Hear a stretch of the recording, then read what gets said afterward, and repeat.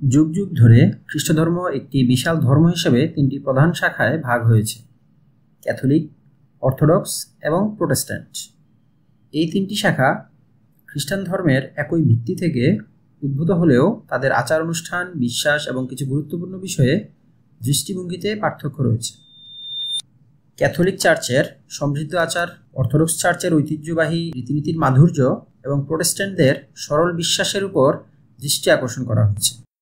কিন্তু শুধু এটিই নয়, তিনটি শাখায় মেরির ভূমিকা কেমন, যিনি ঈশ্বরের মা হিসেবে সম্মানিত সেই মেরির প্রতি তাদের দৃষ্টিভঙ্গি কিভাবে আলাদা, কিভাবে তারা মেরিকে দেখেন, তাদের আচার অনুষ্ঠান কিভাবে ভিন্ন এবং তাদের ধর্মীয় বিশ্বাসের মৌলিক পার্থক্যগুলো কী। তাহলে চলুন আমাদের এই যাত্রায় যোগ দিন এবং আবিষ্কার করুন খ্রিস্ট ধর্মের এই তিন প্রধান শাখার মধ্যে লুকানো বিস্ময়। অর্থোডক্স খ্রিস্টানরা প্রাচীন চার্চের ঐতিহ্য বজায় রেখে চলেছে। তারা 7টি স্যাক্রামেন্ট পালন করে এবং চার্চ ফাদারের লেখনী অনুসরণ করে। তাদের ধর্মীয় অনুষ্ঠান এবং আচার অনুষ্ঠানগুলো গভীরভাবে রীতিনীতিতে আবদ্ধ এবং প্রাচীন বাইজেন্টাইন নীতির উপর ভিত্তি করে গঠিত। অর্থোডক্স খ্রিস্টধর্ম মূলত প্রাচীন খ্রিস্টান ঐতিহ্য থেকে উদ্ভূত এবং এটি মূলত পূর্ব ইউরোপ, মধ্যপ্রাচ্য এবং ভূমধ্যসাগরীয় অঞ্চলে বিস্তৃত। অর্থোডক্স খ্রিস্টধর্মকে প্রায়ই পূর্ব অর্থোডক্স বলা হয়, যা তাদের ভৌগোলিক অবস্থান এবং ঐতিহ্যগতভাবে পূর্বের চার্চগুলোর সাথে সম্পর্ককে নির্দেশ করে। অর্থোডক্স খ্রিস্টধর্মের ইতিহাস শুরু হয় প্রাচীন চার্চ থেকে, যা খ্রিস্টের শিষ্যদের দ্বারা প্রতিষ্ঠিত হয়েছিল। প্রাচীন খ্রিস্টান চার্চ মূলত দুইটি প্রধান শাখায় বিভক্ত হয়েছিল: পূর্ব এবং পশ্চিম চার্চ। 1054 সালে দ্য গ্রেট স্কিজম নামে পরিচিত ঘটনা ঘটে, যার মাধ্যমে পূর্ব চার্চ অর্থাৎ অর্থোডক্স এবং পশ্চিম চার্চ অর্থাৎ রোমান ক্যাথলিক আলাদা হয়ে যায়। এই বিভাজনের কারণ ছিল একাধিক ধর্মীয়, সাংস্কৃতিক এবং রাজনৈতিক মতবিরোধ। বিশেষ করে নিকিয়ার পবিত্র বিশ্বাসপত্রে ফিলিউকে যুক্ত করার বিষয়টি ছিল অন্যতম প্রধান বিতর্কের কেন্দ্র। এই ফিলিউকে যুক্তিটি মূলত ছিল পবিত্র আত্মা পিতা ও পুত্র থেকে আগত কিনা তা নিয়ে বিতর্ক। পশ্চিম চার্চ দাবি করেছিল যে পবিত্র আত্মা পিতা ও পুত্র উভয় থেকে আসে, যেখানে পূর্ব চার্চ দাবি করে পবিত্র আত্মা কেবল পিতা থেকেই আসে। অর্থোডক্স খ্রিস্ট ধর্মের অন্যতম প্রধান বিশ্বাস হল দেবত্ব লাভের ধারণা।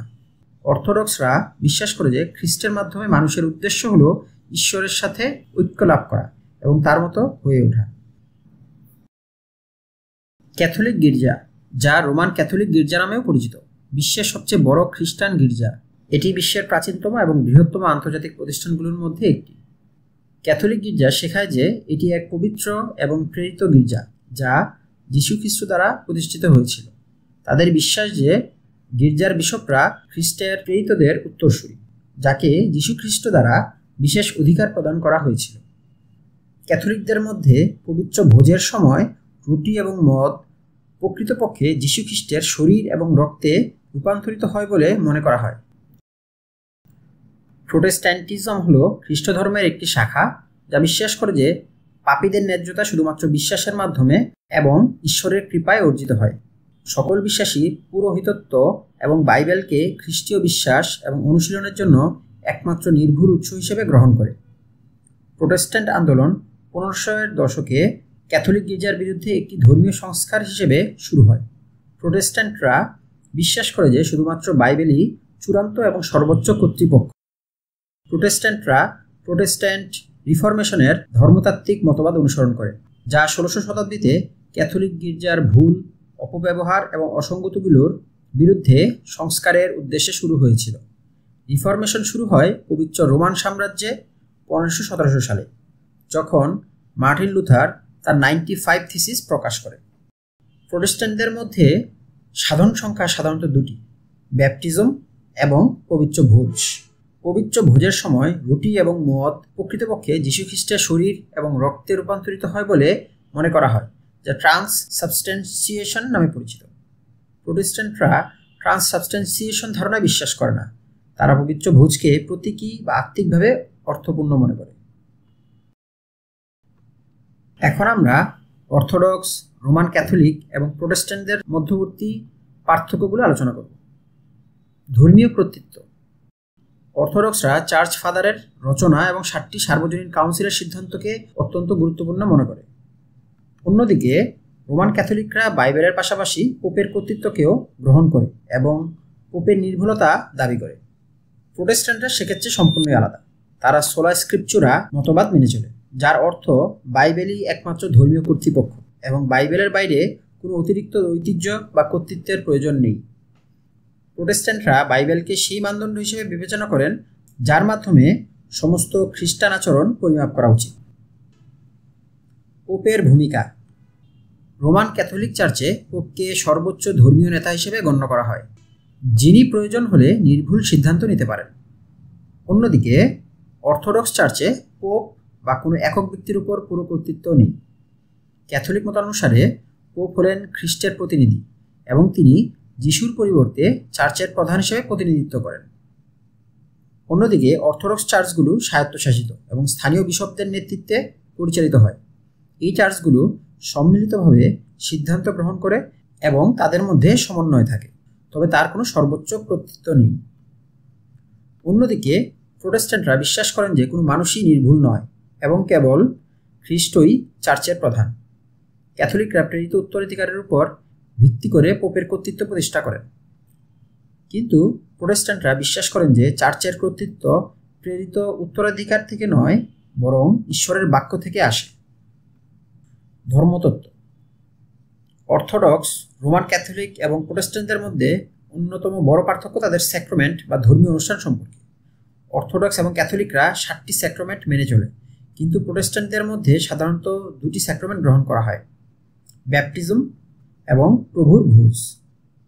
ক্যাথলিকদের মতো অর্থোডক্সরা ইউক্যারিস্টে বিশ্বাস করে যে রুটি এবং মদ সত্যিকার অর্থে খ্রিস্টের দেহ এবং রক্তে রূপান্তরিত হয়, যা ট্রান্সসাবস্ট্যান্সিয়েশন নামে পরিচিত। প্রোটেস্ট্যান্টদের মধ্যে কেউ কেউ এটিকে প্রতীকী হিসেবে দেখে। মুক্তির ধারণা। অর্থোডক্সরা বিশ্বাস করে যে খ্রিস্টের মাধ্যমে ঈশ্বরের সাথে ঐক্য স্থাপনই মুক্তির মূল উদ্দেশ্য। প্রোটেস্ট্যান্টদের ক্ষেত্রে মুক্তি বা ন্যায়পরায়ণতা সম্পূর্ণরূপে বিশ্বাসের মাধ্যমে লাভ করা হয় এবং খ্রিস্টের ক্রুশবিদ্ধকরণ এবং পুনরুত্থানের মাধ্যমেই তা নিশ্চিত হয়। কেবল খ্রিস্টের প্রতি বিশ্বাসের ভিত্তিতে ঈশ্বরের দ্বারা বিশ্বাসীরা ন্যায়পরায়ণতা লাভ করে, কারণ তাদের সমস্ত পাপ খ্রিস্ট ক্রুশে বহন করেছেন। অন্যদিকে ক্যাথলিকরা বিশ্বাস করেন যে খ্রিস্টের ধার্মিকতা বিশ্বাসের মাধ্যমে অনুগ্রহ দ্বারা বিশ্বাসীদের উপর প্রাপ্ত হয়, কিন্তু তা নিজেই বিশ্বাসীকে ন্যায়পরায়ণ করার জন্য যথেষ্ট নয়। রোমান ক্যাথলিকদের পরিত্রাণ মতবাদের অপরিহার্য অংশ হল 7টি স্যাক্রামেন্ট বা ধর্মানুষ্ঠান। মৃত্যুর পরের জীবন।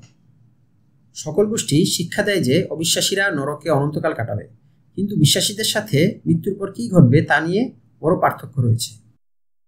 ক্যাথলিকদের মতে পাপের প্রায়শ্চিত করার জন্য পাপীকে পার্গেটরিতে যেতে হয়। পার্গেটরি হলো একটি অস্থায়ী শাস্তির স্থান বা অবস্থা যারা ঈশ্বরের অনুগ্রহে এই পৃথিবী ত্যাগ করে, কিন্তু পুরোপুরি পাপমুক্ত নয়। তবে অর্থোডক্স খ্রিস্টানদের মধ্যে পার্গেটরি কোনো সুনির্দিষ্ট মতবাদ নেই। তারা বিশ্বাস করে যে মৃত্যুর পরে মানুষ পরবর্তীতে বিচার এবং পুনরুত্থানের জন্য অপেক্ষা করে। অন্যদিকে প্রোটেস্ট্যান্টরা সাধারণত পার্গেটরির ধারণাকে অস্বীকার করে এবং বিশ্বাস করে যে মৃত্যুর পর বিশ্বাসীরা সরাসরি স্বর্গে চলে যাবে। প্রোটেস্ট্যান্টরা বিশ্বাস করে যে আমরা শুধুমাত্র খ্রিস্টের প্রতি বিশ্বাসের মাধ্যমে ন্যায়পরায়ণতা লাভ করি এবং খ্রিস্টের ধার্মিকতা আমাদের উপর আরোপিত হয়। সুতরাং আমরা যখন মারা যাই আমরা সরাসরি স্বর্গে যাই। ট্রিনিটি। খ্রিস্টান বিশ্বাসের একটি কেন্দ্রীয় ধারণা হচ্ছে ট্রিনিটি। অর্থোডক্স চার্চে ট্রিনিটি খুবই গুরুত্বপূর্ণ একটি ধারণা, যা ঈশ্বরের ত্রিত্বকে বোঝায়। পিতা, পুত্র এবং পবিত্র আত্মা, এদের প্রত্যেকেই স্বতন্ত্র ব্যক্তি হলেও তারা একসাথে এক ঈশ্বর। ক্যাথলিক মতবাদ অনুসারে পবিত্র আত্মা পিতা এবং পুত্র উভয়ের থেকেই উদ্ভূত, যেখানে অর্থোডক্স চার্চের মতে পবিত্র আত্মা শুধুমাত্র পিতার থেকেই উদ্ভূত। প্রোটেস্ট্যান্টরা ক্যাথলিক এবং অর্থোডক্সদের মতো ট্রিনিটির উপর বিশ্বাস স্থাপন করে।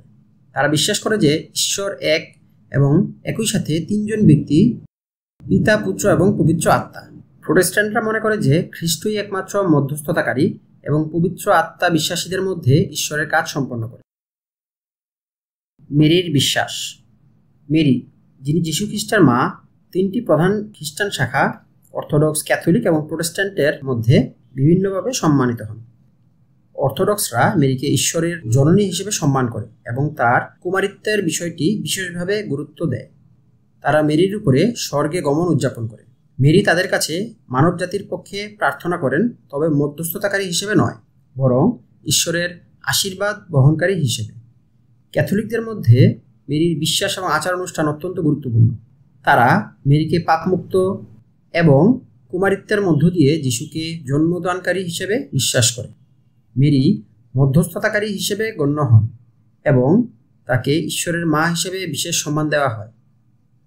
ক্যাথলিকরা মেরির প্রতি প্রার্থনা করে, রোজারি পাঠ করে এবং তার সম্মানে বিভিন্ন ভোজ দিবস উদযাপন করে। অন্যদিকে প্রোটেস্ট্যান্টরা মেরিকে কুমারী এবং যিশুর মা হিসেবে সম্মান করে, তবে তারা মেরির প্রতি কোনো প্রার্থনা বা বিশেষ আচার অনুষ্ঠান পালন করে না। প্রোটেস্ট্যান্ট বিশ্বাসে শুধুমাত্র যিশুই মধ্যস্থতাকারী, তাই মেরিকে মধ্যস্থতাকারী হিসেবে দেখার প্রবণতা নেই। মেরি তাদের কাছে শুধুমাত্র বাইবেলের এক গুরুত্বপূর্ণ চরিত্র এবং মেরির ভূমিকা বাইবেলে যতটুকু উল্লেখিত ততটুকুই মান্য করেন। আমরা দেখলাম ক্যাথলিক, অর্থোডক্স এবং প্রোটেস্ট্যান্ট শাখাগুলোর মধ্যে মেরি এবং অন্যান্য ধর্মীয় বিশ্বাসের প্রতি বিভিন্ন দৃষ্টিভঙ্গি রয়েছে, তবে তাদের মূল মর্মবাণী একই: বিশ্বাস, ভালোবাসা এবং ঈশ্বরের প্রতি ভক্তি। এই বৈচিত্র্য খ্রিস্ট ধর্মের বিভিন্ন সংস্কৃতি ও ইতিহাসকে সমৃদ্ধ করেছে এবং আজও এই তিনটি শাখা তাদের নিজ নিজ পথে ঈশ্বরের বাণীকে অনুসরণ করে যাচ্ছে। আশা করি এই যাত্রায় আমরা আপনাদের খ্রিস্ট ধর্মের এই তিন প্রধান শাখার সম্পর্কে নতুন কিছু এবং মূল্যবান তথ্য দিতে পেরেছি। আমাদের সাথে থাকার জন্য ধন্যবাদ।